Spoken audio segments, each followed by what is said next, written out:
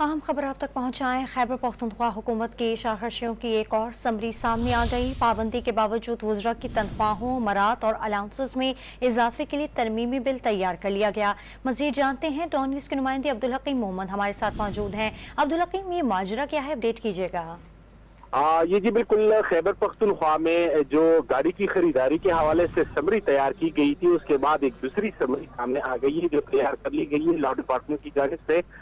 इसमें वज़रा, मुशीर और मावीन खुसूसी को दी जाने वाली जो हाउस रेंट है, सब्सिडी है और मरम्मत है घर की, तो उसमें इजाफा किए जाने का कहा गया है। इस समरी में के मुताबिक जो वज़रा है, मुशीर और मावीन खुसूसी, उनकी रिहाइश की मरम्मत पहले 5 लाख रुपए थी, अब इस नए तरमीम में 10 लाख रुपए मुकर्रर करने की तजवीज़ पेश की गई है। सरकारी घर ना होने की सूरत में जो किराए की मद में मुशीरों को पैसे मिल लेते, वो 70,000 से अब 2 लाख रुपए तजवीज़ की गई है।